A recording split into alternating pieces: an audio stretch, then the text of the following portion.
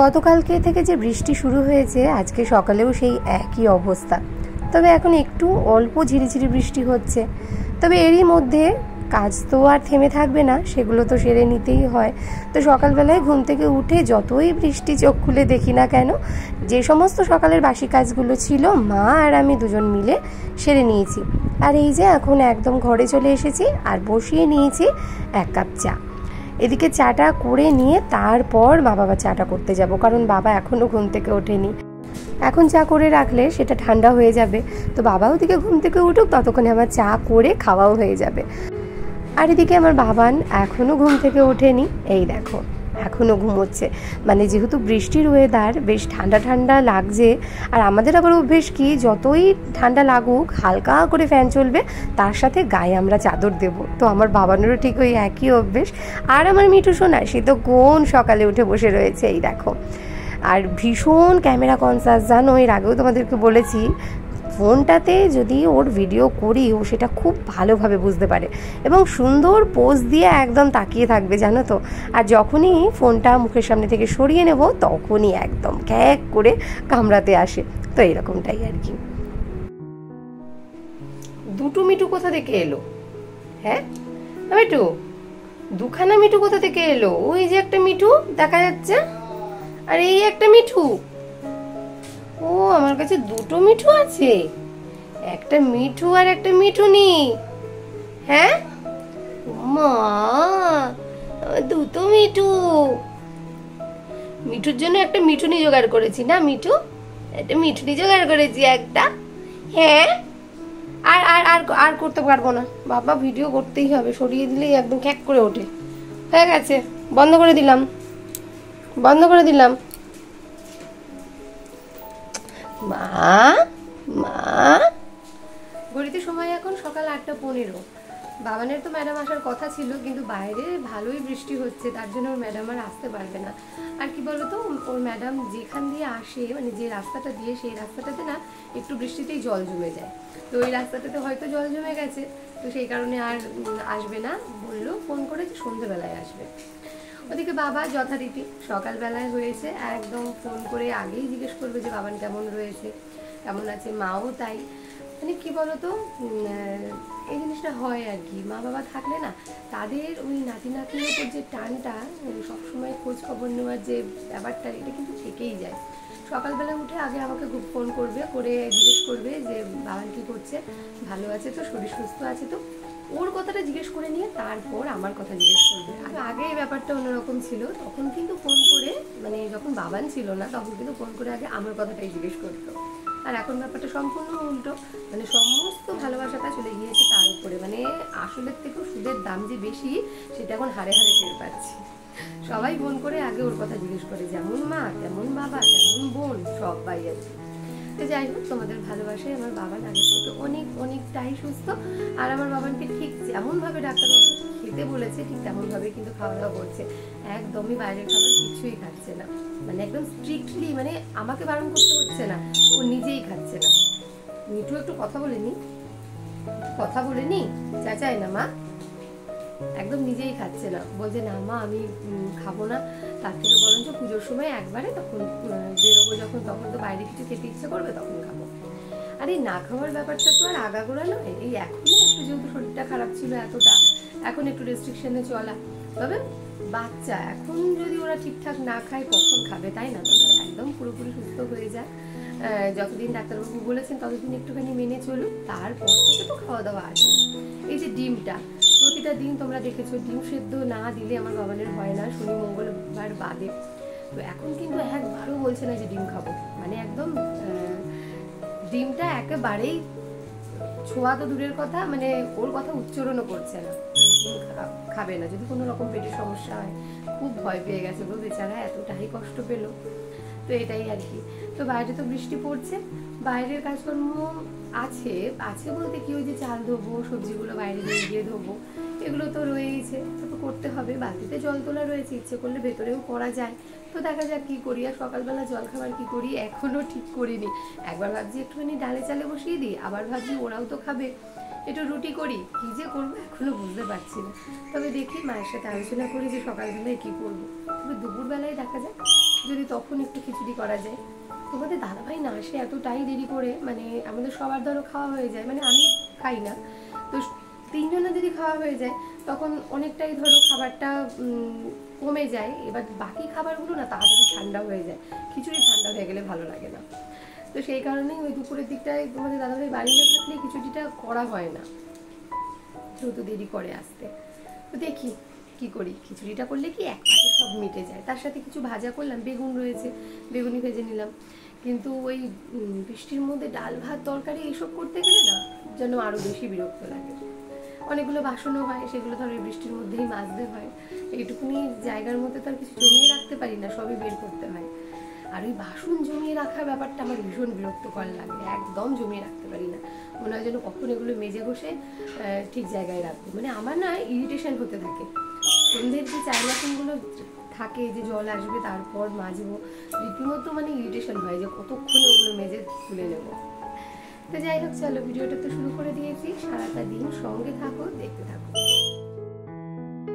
ভিডিওটা তো শুরু করেছি, কিন্তু এডিট করার সময় এখন ভয়েস ওভার দিতে গিয়ে ভালো করে দেখলাম যে আমি তো ইন্ট্রোটাই দিইনি। তো যাই হোক, অনেকটা পরেই ইন্ট্রো তবুও দিয়ে নিই। নমস্কার বন্ধুরা, আমি প্রিয়াঙ্কা। কেমন আছো তোমরা সবাই? আশা করছি সবাই খুব ভালো আছো এবং সুস্থ আছো। আমিও বেশ ভালো আছি, আমার পরিবারও সুস্থ আছে। আমার আরও একটি নতুন ব্লগে তোমাদের সবাইকে অনেক অনেক স্বাগত জানিয়ে আজকের ব্লগটা এখন থেকে শুরু করছি। অনেকগুলো পটল এনেছিল তোমাদের দাদাভাই, 1 কেজি মতো। আর যেহেতু পটলগুলো একদমই ছোট ছোট, আর বুঝতেই পারছো তাহলে 1 কেজি পটল অনেকগুলো হয়েছে। আর সেই পটলগুলো ভাবলাম যে কি করি, ঘরে থাকলে তো একদম হলুদ হয়ে যাবে, তার থেকে বরঞ্চ আজকে সকালবেলা একটু রুটির তরকারি করি, পটল আলুর তরকারি, মানে যেভাবে পটল আলুর তরকারি করে সেই রকম আর কি। তো এই যে এখানে পটল আলু একদম ডুমো ডুমো করে কুটে নিয়েছি। আলুগুলো আগে ভেজে তুলে নিয়ে তারপর পটলগুলোকে ভেজে একদম লাল লাল করে তুলে নিয়েছি। আর এইবার একটুখানি গোটা জিরে আর একটু গরম মশলা তেলের মধ্যে ফোড়ন দিয়ে তারপর ওই বেটে রাখা মশলাগুলো দিয়ে দিলাম। আমি এর মধ্যে একটুখানি আদা, একটু কাঁচা লঙ্কা, অল্প একটু জিরের গুঁড়ো আর তার সাথে অল্প একটু শুকনো লঙ্কার গুঁড়ো দিয়েছি। মানে ওই হালকা পাতলা করেই আর কি পটল আলুর তরকারিটা রান্না করছি। রুটির জন্য সবারই একবারে হয়ে যাবে, আর আমার বাবারও না সকালবেলায় রুটি খাবে বলেছে, তবে পটল আলু তরকারি দিয়েও খাবে না, ওর জন্য একটু আলু ভাজা করে দিতে হবে। এদিকে পটল আলুর তরকারিটা আমার একদম রান্না হয়ে গেছে। অল্প একটুখানি ঘি আর তার সাথে অল্প একটু গরম মশলা দিয়ে তরকারিটা নামিয়ে নিচ্ছি। রুটির এরকম নিরামিষ তরকারি খারাপ লাগে না, তবে ভাতের সাথে না আমার নিরামিষ পটল আলুর তরকারি একদমই খেতে ভালো লাগে না। এদিকে তোমাদের দাদাভাই সবজি বাজার করে এনেছে, নিয়ে এসেছে এখানে 2 আঁটি পালং শাক। এখন পালং শাকের দাম কিন্তু অনেক বেশি, তার সাথে মূলও নিয়ে এসেছে। এই জিনিসটা একদম মাস্ট, তোমাদের দাদাভাই চচ্চড়ি রান্না করলে সে পুঁই শাক হোক আর পালং শাক এইরকম মূলও আনবেই। আর তার সাথে বরবটি এনেছে, আর তার সাথে এখানে রয়েছে কাঁচা লঙ্কা। কাঁচা লঙ্কা একেবারেই বাড়ন্ত হয়ে গিয়েছিল। আজকে আমার একটু বেরোতে হবে, আজকে একটু ব্যাংকে যাব। আসলে তোমাদের দাদাভাইকে বলেছি কি যে ও যখন কালেকশানে বেরোবে তখন একেবারে আমাকে যেন একটু ব্যাংকে নামিয়ে দেয়। তো এই দিকটাতে না সবজিপাতি সমস্ত তড়িঘাড়ি গুছিয়ে নিচ্ছি, যাতে চটপট রান্না করে নিতে পারি। আজকে পালং শাক করবো, তার সাথে করব একটু ডাল, আর দেখি ভাজাভুজি যদি কিছু করতে পারি, তবে যতটুকুনি পারবো করব, বাকিটা না হয় এসে সেরে নেওয়া যাবে।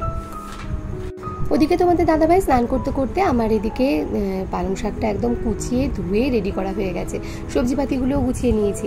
আর এইবার রুটি সেঁকে নিয়ে বাবানকে আর তোমাদের দাদাভাইকে খেতে দিয়ে নিচ্ছি। তবে এখনও মা বাবা ওরা কেউই খায়নি, ওরা বললো একটু পরে খাবে, সেই কারণে আর সকাল সকাল রুটিও সেঁকিনি।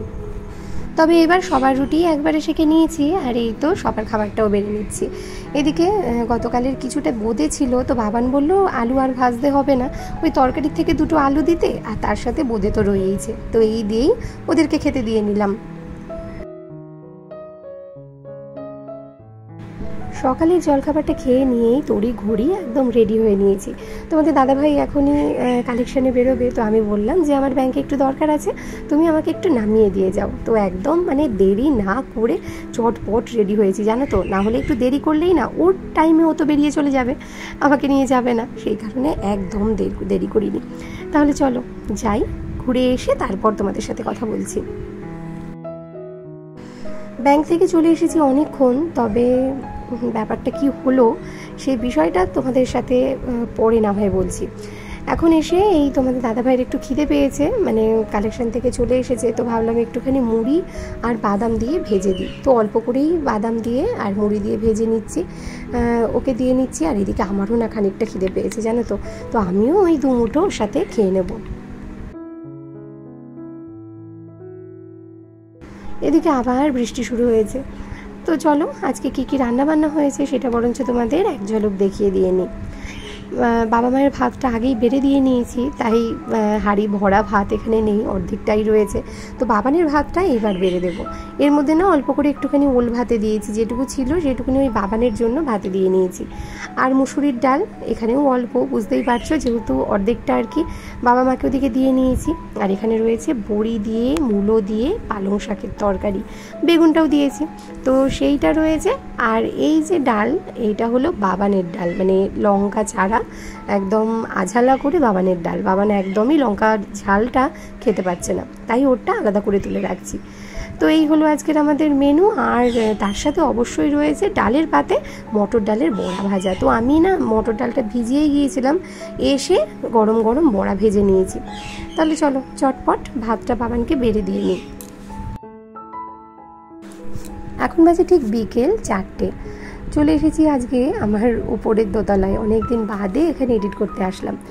তো ভাবলাম আমাদের গাছে ডালগুলো কেটে কেমন লাগছে একবার তোমাদের দেখাই। দেখো কতটা ফাঁকা হয়েছে, বেশ আলু বাতাস খেলছে জানো। আর যেমনটা মানে পাতা ঝুপসি হয়েছিল, আমার এই ব্যালকনি থেকে কিছুই দেখা যেত না, পুকুরের আশপাশগুলো, এখন দেখো পরিষ্কার সব কিছু দেখা যাচ্ছে, বেশ ভালো লাগছে। আর একটু ফাঁকা থাকলে না হাওয়া বাতাসটাও কিন্তু খুব ভালোভাবেই খেলে।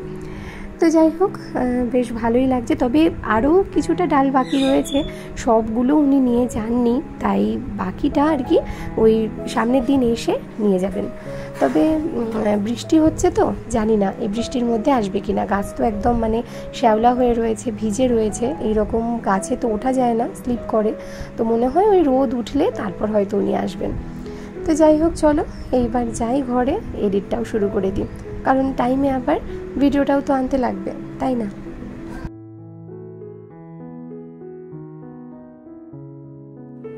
ঘড়িতে এখন ঠিক সন্ধ্যে 6টা। আর বাবানের ম্যাডাম তো আজকে সকালে আসতে পারিনি, যেহেতু খুব বৃষ্টি হচ্ছিল, তাই আজকে সন্ধ্যে 6টার সময় পড়াতে আসবে বলেছে। তো এদিকে সমস্ত বইপত্র নিয়ে আসলাম, আর বাবান একটুখানি নিচে গেল জলের বোতল আনতে। তো এখানে বসে এখন বাবান পড়বে। আর ওদিকে রাত্রেবেলায় আজকে একটু রান্নাও রয়েছে জানো তো, মানে তোমাদের দাদাভাই বললো রাত্রেবেলা আজকে একটু ডিমের ঝোল করতে, তো সেটাও আজকে করতে হবে। গরম গরম ভাত আর গরম গরম ধোয়া ওটা ডিমের ঝোল এইরকম বৃষ্টির ওয়েদারে খেতে কিন্তু দুর্দান্ত লাগে, তাই না? আর একটা কথা তোমাদের বলার আছে, সেটা হলো তোমাদেরকে তো বলে গেলাম ব্যাংকে যে আমি আমার সেকেন্ড পেমেন্ট তুলতে যাচ্ছি। তো সত্যি কথা বলতে গেলে সেকেন্ড পেমেন্ট আমার তোলা হয়নি, তার কারণ হলো আমার ফোনে মেসেজ আসেনি, ব্যাংকের থেকে কোনো রকম মেসেজ আসেনি। সেটা জেনেই আমি গিয়েছিলাম। তো ভেবেছিলাম হয়তো কোনো রকম প্রবলেম হতেও পারে যে ব্যাংকের থেকে কোনো মেসেজ আমার ফোনে ঢুকছে না, এমনটাও হতে পারে। কারণ 21 তারিখে আমার মেল এসেছে যে সেদিনকে পেমেন্ট সেন্ড করা হয়েছে, তো 5 দিনের মধ্যে ঢুকে যাওয়ার কথা।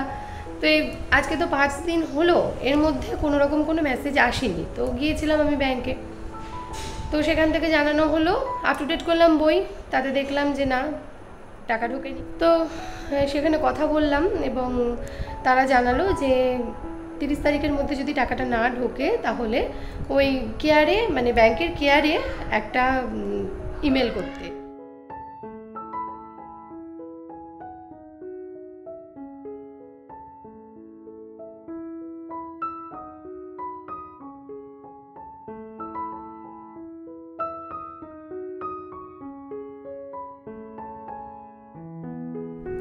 এদিকে ধরো ওর মনি দিয়ে গেছে, ওর দিদুন টাকা দিয়ে গেছে, ওর বাবা দেবে, কিন্তু আমারও তো ইচ্ছে ছিল যে এবছর আমিও বাবানকে কিছু নিজের উপার্জনের টাকা থেকে দেবো। আরও তো টুকিটাকি কিছু কেনার আছে, কিন্তু মনে হয় না সেগুলো আর এর মধ্যে কেনা হবে। টাকাটা যদি ঢুকে যায় তো ভালো কথা, যদি না ঢোকে তো জানি না এরপরে কি করে কি করব, দেখা যাক কি করা যায়। তাহলে চলো নিচে যাই, কারণ ওদিকে তোমাদের দাদাভাই একটু বেরিয়েছিল, ফার্মেসিতে গিয়েছিল ওষুধ আনতে বাবার, তো এসে গেছে, চা করবো। আর এদিকে বাবানও এসে গেছে, বাবান পড়তে বসুক, এক্ষুনি ওর ম্যাডামও ঢুকে যাবে। বাবান যা বসবে, আমি গেলাম নিচে। বাবা সিঙ্গারা এনেছে, তাহলে কি সিঙ্গারা খেয়ে তারপর আসবি? ম্যাডাম চলে আসবে, দেখ লাইট জ্বালা, লাইট জ্বালা, এদিকে সবুজ লাইটটা জ্বালিয়ে দে।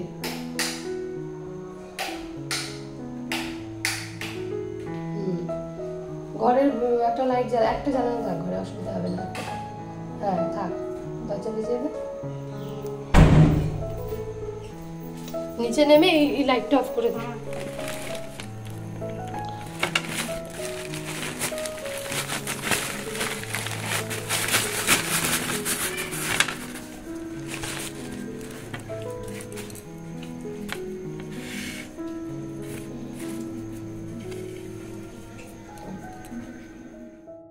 বাবান অসুস্থ হওয়ার পর থেকে আমাদের বাড়িতে তেলে ভাজা আসেই না প্রায় বলতে গেলে।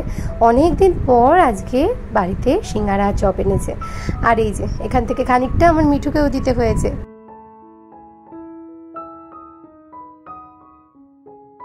এখন বাজে ঠিক রাত 8:30। এদিকে রাত্রে রান্নার জোগাড় করে ফেলেছি। আলুগুলো দেখতেই পাচ্ছ বেশ বড় বড় করে কুটে নিয়েছি।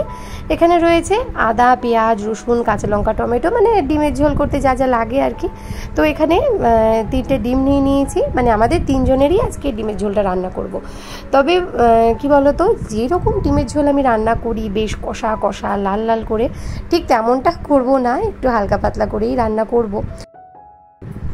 ডিম অনেক দিন খাওয়া হয় না, আর এইরকম ওয়েদারে তোমাদের দাদাভাই আজকে বললো যে রাত্রে একটু ডিমের ঝোল রান্না করো। তো আমিও দেখলাম ঠিক আছে চলো হালকা পাতলা করেই করি।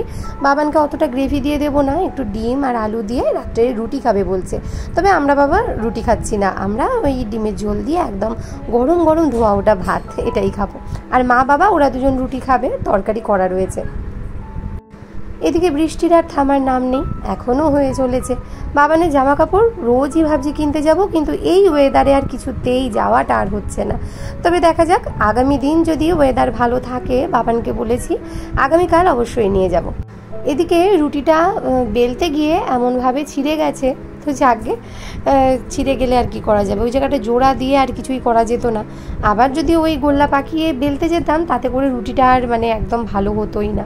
তো যেরকমটা আছে ঠিক তেমনভাবেই আর কি সেঁকে নিচ্ছি।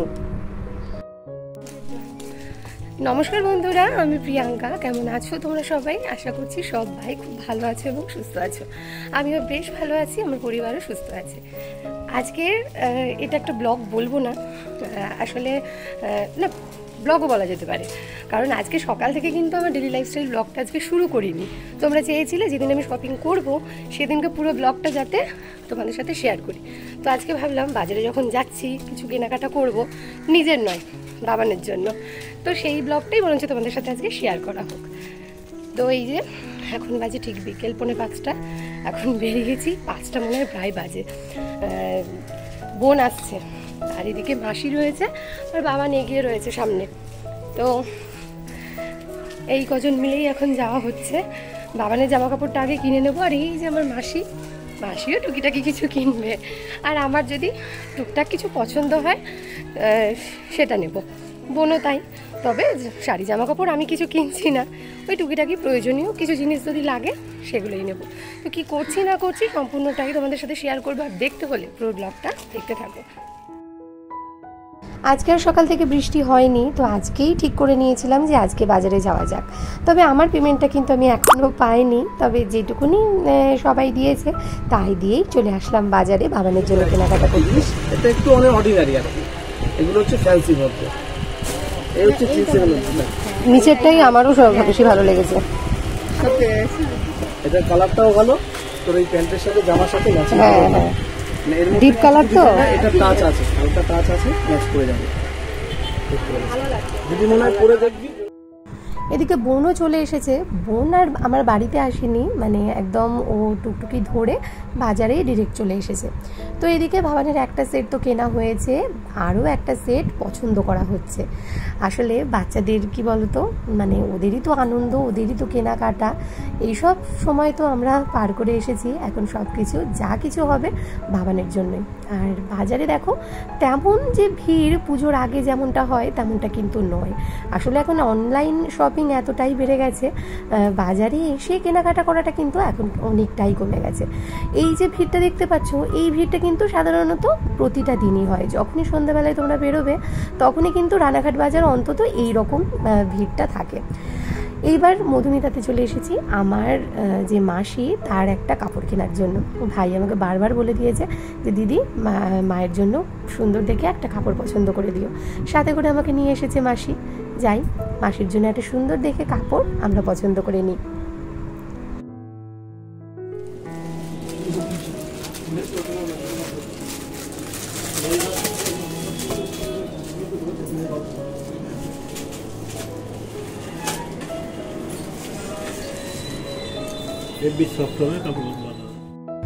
মাসির জন্য একটা সুন্দর দেখে কাপড় আমাদের পছন্দ করা হয়ে গেছে, এখন আমরা পেমেন্ট করছি। তো চলো এবার বাকি টুকিটাকি আরও কিছু কেনার রয়েছে, সেইগুলো গিয়ে কিনে নিই। তো বোন বলল দিদি চপ খা, তো গরম গরম চপের লোভ কি করে মানে ভুলে থাকতে পারি বলো তো। তো এখান থেকে ভেজিটেবিল চপ নেওয়া হলো 4 জনের 4টে, আর এখানে দাঁড়িয়ে গরম গরম খেয়ে নিলাম। তারপর বোনের এদিকে পাপোশ কেনা দরকার ছিল, তো এখান থেকে কিছু পাপোশ বোন পছন্দ করে তার থেকে মনে হয় 2-1টা নিয়ে নিল। তো আমার পাপোশ এখন মোটামুটি রয়েছে, লাগবে না, তবে দেখে তো ভীষণ ইচ্ছে হচ্ছিল যে কিনি, কিন্তু শুধু শুধু কিনে কি করব, শুধু শুধু টাকা আটকে থাকা আর কি। তো যখন লাগবে এসে নিয়ে যাব। তবে বোনের পাপোশগুলো কিন্তু বেশ সুন্দর হয়েছে। বোন বোধহয় ওই একটাই নিল, আমি তো এদিকে ভিডিও করতে ব্যস্ত ছিলাম আর কি। তো মাসি এখানে টুকিটাকি আরও অনেক কিছু নিয়েছে, বালতি, কাঁটা চামচ, বোন নিল গ্যাস লাইটার, আরও অনেক কিছু, মানে এইসব টুকিটাকি আর কি কেনাকাটা হলো। তো ফাইনালি কেনাকাটা আমাদের শেষ, এবার খাওয়ার পালা। চপ তো আগেই খাওয়া হয়ে গেছে, এইবার একটু ফুচকা খাবো, অনেক দিন ফুচকা খাই না। বাবানও বলছিল একটু ফুচকা খাবে, তো সবাই মিলে ফুচকা খেয়ে নেব। বাজারে বেরিয়ে ফুচকা খাবো না, মেলাঘাটে বেরিয়ে ফুচকা খাবো না, তা কি করে হয়? মানে ফুচকার দোকানটা ঠিক ইগনোর করে একদমই যাওয়া যায় না। তাই গুটি গুটি পায়ে চললাম ফুচকার দোকানের দিকে। ফুচকা খাওয়া শেষ, ভীষণ ঝাল লেগেছে, এইবার আইসক্রিম খাওয়ার পালা। আর এই যে রাজস্থান আইসক্রিম, এটা কিন্তু দুর্দান্ত লাগে খেতে, ভীষণ ভালো লাগে। তো এই যে সবাই মিলে আইসক্রিম খেয়ে নিচ্ছি। তো চলো, বোন তো এবার এখান থেকেই টুকটুকি ধরে বাড়ি চলে গেল, এইবার আমরাও বাড়ি যাই। এই দেখো 1 বালতি জিনিসপত্র এসেছে। তো আজকের ব্লগটা এখানেই শেষ করছি। কেমন লাগলো আজকের ব্লগটা জানাতে বলো। আর হ্যাঁ, কি কেনাকাটা করলাম না করলাম আজকে ভীষণ টায়ার্ড, কিছুই দেখাতে পারছি না। আগামীকাল অবশ্যই সব কিছু ডিটেলসে শেয়ার করবো। ততক্ষণ পর্যন্ত ভালো থেকো, সুস্থ থেকো, আর হ্যাঁ আমায় মনে রেখো।